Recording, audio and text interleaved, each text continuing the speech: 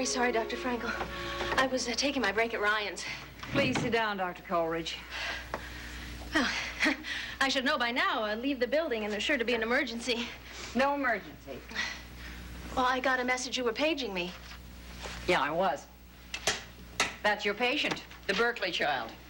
Yes, it is. It's a good diagnosis. Thank you. Oh, I wish I didn't have to do this.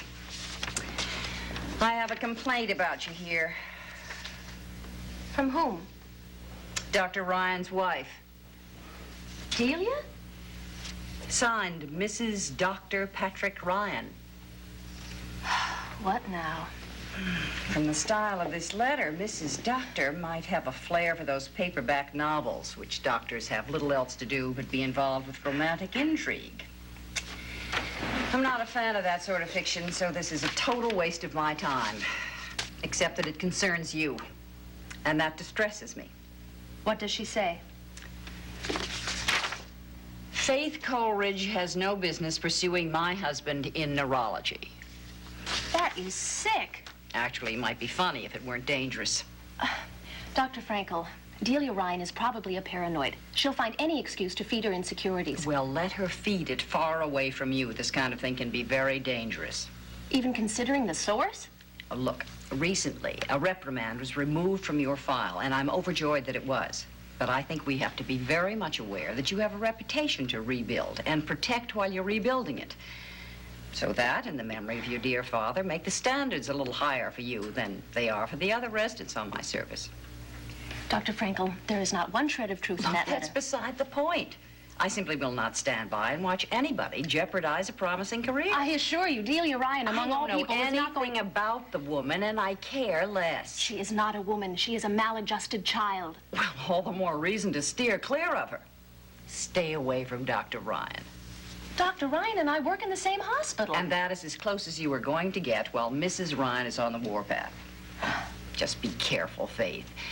Go to neurology just for professional reasons and avoid all social contact with Dr. Ryan while you're there. Why should I have to humor a hopeless neurotic? Calm down, Doctor. I am not concerned with humoring Mrs. Ryan. I'm trying to protect you. I don't take this thing seriously, but there are some people who might. Somebody or someone has hurt this person, and she's had to resort to this pathetic little letter. Dr. Frankel, Delia Ryan makes a profession out of being pathetic. She lies and she manipulates, and everybody feels sorry for her, so she gets away with it. Well, let her. You are in no position to take on battle with a jealous wife. You have too much to lose. Now, just be sure that Mrs. Ryan doesn't have any opportunity to make any more trouble. Mrs. Ryan doesn't need an opportunity. Well, then, I suggest that you exercise extreme discretion. Do I have you promise that you will? Yes. Fine. Good afternoon. Good afternoon.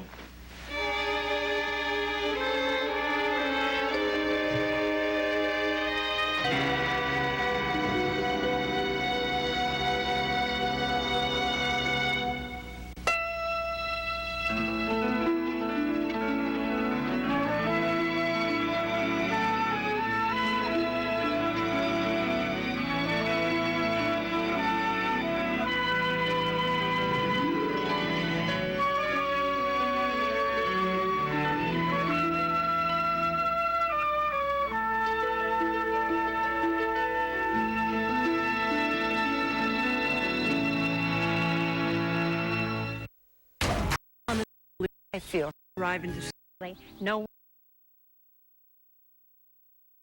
Thought you might like to split a Danish. Oh, no, thanks, Buck. I'm not hungry. Prune. No, thank you. But come on in. I could use some company. Oh, did I tell you? I'm working on a new recipe for coffee. It's going to be just for those doctors, you know, who finish their residencies and are starting out on their new lives. It'll have that distinctive cardboard taste, even when you drink it out of a regular cup. You make $1 million. Yeah, just what I need, another $1 million. Here. Any news? You mean from Jill? No. So you don't know if she's told Frank yet? Nope. Or what his reaction was if she did tell him. You getting any sleep? Fitfully. Fitfully, Buck. I'm lonesome. Somehow, with your Aunt Nell Her death, it was easier. I mean, I knew she was gone for everyone and for all time. I had no choice. I had to accept it. But with Jill and Edmund, they're right around the corner. Makes me miss it even more, accept it even less. I mean, I know they're there, Bucky, but not for me. Seneca, you just have to give it some more time. More time. I feel like I've given it a year. I'm trying to convince myself that they could be gone forever, out of my life entirely. I tell myself I'm accepting it. But all I'm doing is waiting. See, what I really want to do is make something happen. That'd be the worst thing you could do. I may come out of this a very patient man. Oh, I doubt that, but you better pretend that you are just for now, okay? And just wait. Bucky, what if Frank tries to patch it up with Jill? Huh? Tries to reconcile? Well, it's up to Jill. Yeah, that's exactly what I'm afraid of. I mean, she's just liable to give him one more chance. And you gotta let her do it. Even though I know that he's only going to let her down again, and Edmund too? Oh, Seneca, what can you possibly do except drive Jill further away? I mean, you gotta give her the freedom to change her life. Oh, come on, she's not dealing. I mean, she doesn't come running with problems. She finds her own solutions. Bucky, Frank is no solution. If she says he is, then he is. And you gotta live with that. Okay, now listen. Now, he was having an affair with her while he was married to Delia. He broke it off for political reasons. He abandoned her completely when Edmund came into the picture. Right now, he is carrying on with Ray Woodard for political expediency. Now, I ask you, is that the record of somebody that she can depend on? No, but that is your perception of Frank, not hers. And you are not running Jill's life. So I wait and I hope, huh? No.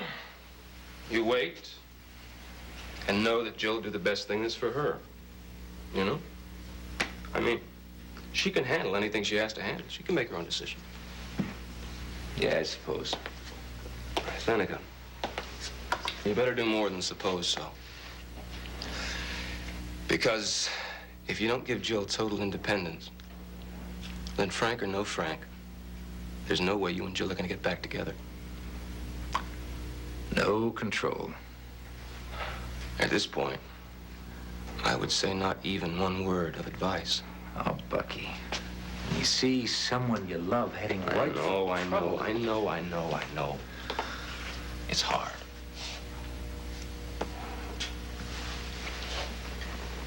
Hey, I got a question. Kind of got lost in all this shuffle here. What's that? Well, what about Roger?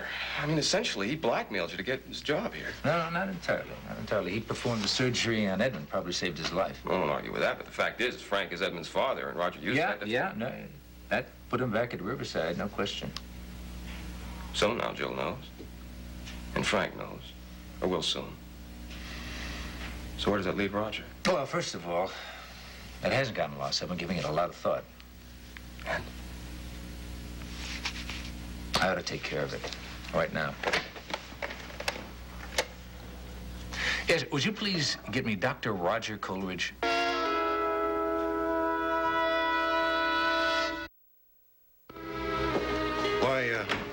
Why all the secrecy? Sit down, Roger. Will this take long? Just a few minutes. I'm on duty. Oh, that's exactly what this is about, duty. I don't understand. Let's take a look at your situation here. I mean, where you're going, where you're coming from, that sort of thing. I sense there's something wrong. Do you? Something's going on that I don't know about. Oh, but Roger, you know just about everything that's going on. You make it your business to find out all kinds of special information. Seneca, if this is some sort of trial, I'd like to... No trial. I just think it would be helpful to take a fresh look at your career. And that's no trial? Seneca, whatever it is, why don't we talk about it in the open? Fine. Out in the open. Roger, why did I rehire you, put you back on staff? Oh, you know as well as I do. You felt I did a remarkably fine piece of surgery on Edmund. And? And I proved that I was an asset to this hospital. And? And my family has been connected with this hospital. Roger, I thought you wanted it out in the open. Am I going to have to say it for you? Why don't you tell me what you're getting at? I'm getting at the way you delicately blackmailed me to get your job back. No, I wouldn't call... You couldn't wait to come to me with the information that you knew Edmund was Frank's son. Yes, but I didn't blackmail... No, not directly, no. But you made it very clear that Jill could easily find out. Seneca, I had no intention... Oh, come off it. Now, did you or did you not keep quiet in return for your position at this hospital? Well? Seneca, I'm a surgeon. Oh, Roger. You were getting what you want, and you were willing to do whatever was necessary to get it. In this particular case, it was keeping quiet about some information that you knew I wanted kept secret, and I call that blackmail. Seneca, I was desperate to get my job back. I'm not proud of my behavior, but whatever you think my motives were, whatever you think of me personally, I've saved lives here. And you know as well as I do that I belong at Riverside. Hold on, wait a minute. Wait. Before you start telling me where you belong, I ought to let you know that I've told Jill that Frank is Edmund's father. I see. Yeah. So as I said, it's time to reappraise your situation here. Now, I don't have to remind you, Roger, that you've been fired from this hospital once already. Your gambling debts led to theft and blackmail then, and a number of other breaches of good conduct. Now, I rehired you, see, because for personal reasons, I had no choice. Now I have a choice. Yes. Yes, you do. There's not much that I can say. I only hope that you'll take my work into account. I think my performance in surgery these last few months have justified my being here. I've tried to give you no professional misgivings, even though you may have some personal ones. And I have made mistakes, and I can't do anything to change that. But I have tried to be a good doctor. And as far as any injuries I may have caused you personally, I'm sorry. But I will not beg you, Seneca. I don't want you to.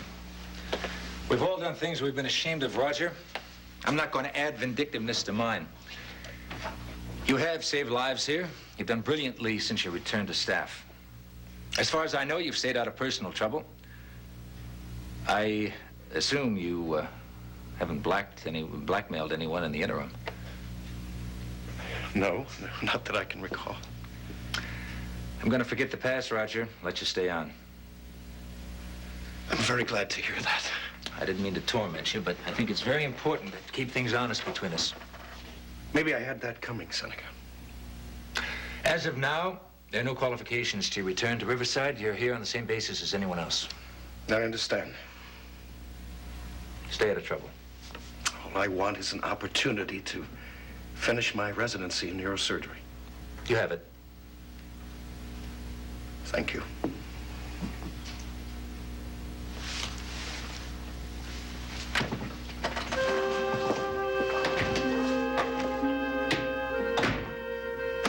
That's done.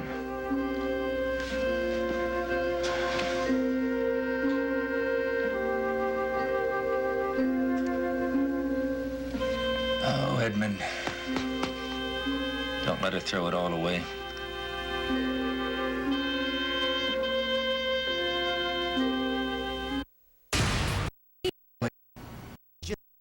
One committed suicide.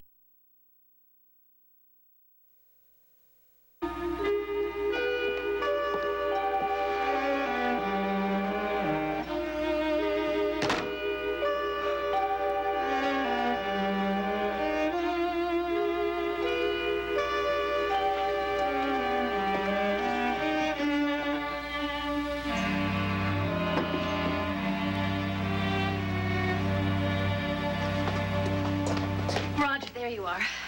You're the expert on Delia. Well, If anyone is, you are.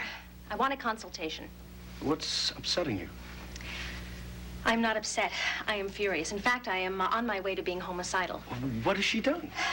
I don't know whether Delia is crazy or vindictive or just plain stupid. I would never call Dee stupid. Well, then she is living in some demented fantasy. Well, Roger, she is out to destroy everyone around her. Why don't you just cool off long enough to tell me what happened? I was just called into Dr. Frankel's office.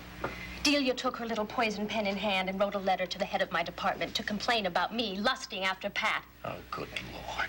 And I think it's high time that someone snapped that little lady back into reality. You mean the miscarriage? Yes, I do. If she hears her great big secret right out loud, she'll realize that it didn't work. And that might teach her that she cannot go on and on getting away with one outrage after another. But I thought you didn't want to get involved in all of that. I didn't, but I am fed up. I am ready to play the whole thing back to her. She had the miscarriage before, not after Pat married her, and she lied and cried and carried on until she tricked Pat into marrying her. Now, Faith, just take a minute. Now, go easy. Why? Because if Pat hears the truth, he might leave her on the spot? He might. Well, then let him. And if that pushes her around the corner, that's fine. Better now than later. And better her than Pat or me. At least she'll get the help she needs instead of all this coddling. Faith, she is in a very delicate state of mind. Oh, come on. She is always in a delicate state of something. Look, I know that you feel attached to her, but I think a good dose of reality would be the best thing for her. That's precisely why I was trying to decide when I told you about it in the first place. I don't know how much she can take. All right, then let's start easy. What if I go in and have a little chat with her about the letter? I'm not sure.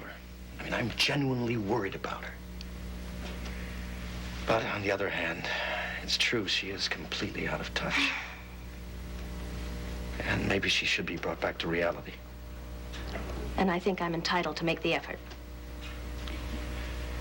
Okay, let's go see how she is. But Faith, nothing about the phony miscarriage. All right, that's your department. You know, Bucky, I'm feeling a lot better. Oh, you know, my brother was here today. He's always so sweet to me. Well, your last test showed real improvement. What about your headaches? Oh, they're much better, much better. Where's Pat? He's off duty. Oh, great, then he can come No. here. He can't come and see you today. I mean, he's got to go home and get some sleep. Yeah, I guess he's gotta get some sleep. Well, how's the patient today, Doctor? Well, she's telling me she feels much better. Yeah, I'm feeling a little bit better. I'll see you later. Yeah, bye, Bucky. Bye. I'm glad you're feeling better, Dee. That's just what I wanted to hear. Roger, I'm really not up for visitors.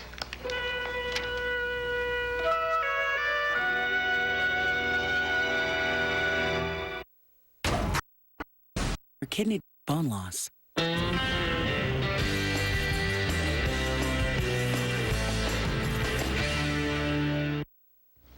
If you don't feel up to visitors, Delia, you just tell me when you've had enough and I'll go right out, okay?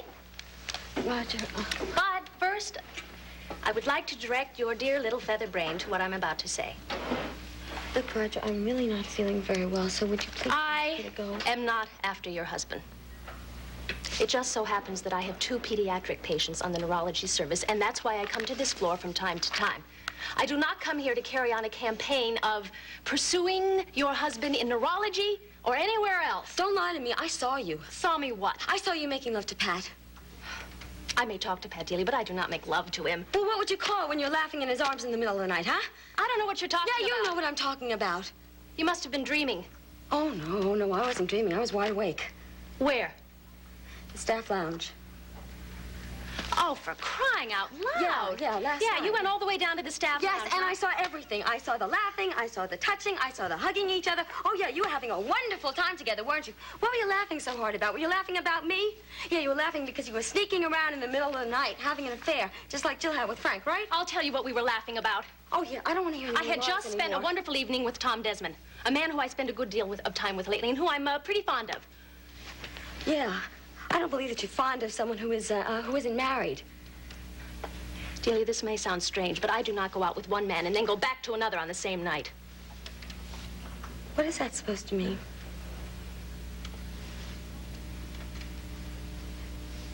Tom and I had a date. We went to Jack and Mary's, and we laughed a lot. I was in a silly mood to begin with, and Pat was so tired he was punchy. He made a joke, I made a joke, and we started laughing because suddenly everything seemed crazy. Now, shared laughter is not a crime, and God knows Pat hasn't had much to laugh about lately. Oh, you're saying I don't make him happy. Did he tell you that? I want to know, did he say that to you? This may disappoint you to know that the subject of you did not come up at all. You know, we may fight a lot, but we are very, very happy. Moreover, I will laugh and talk with Pat when and where I want to because we are friends and we have been friends since childhood.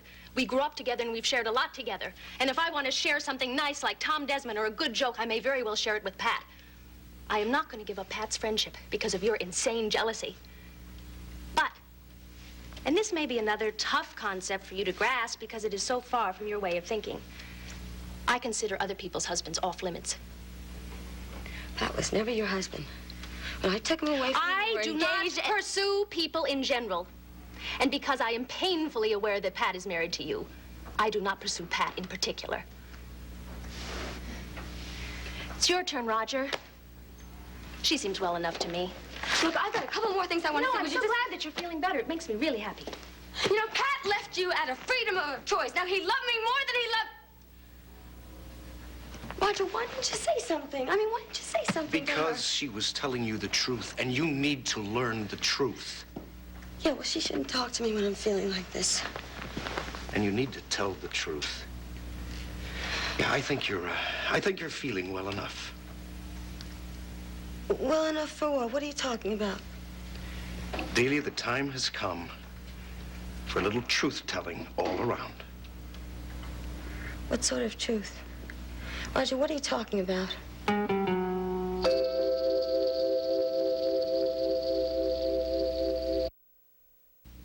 Settle in for a night of drama featuring the biggest stars from your favorite TV shows and movies. It's your night for a great film with the Sunday Night Movies, every Sunday night at 10 on SoapNet.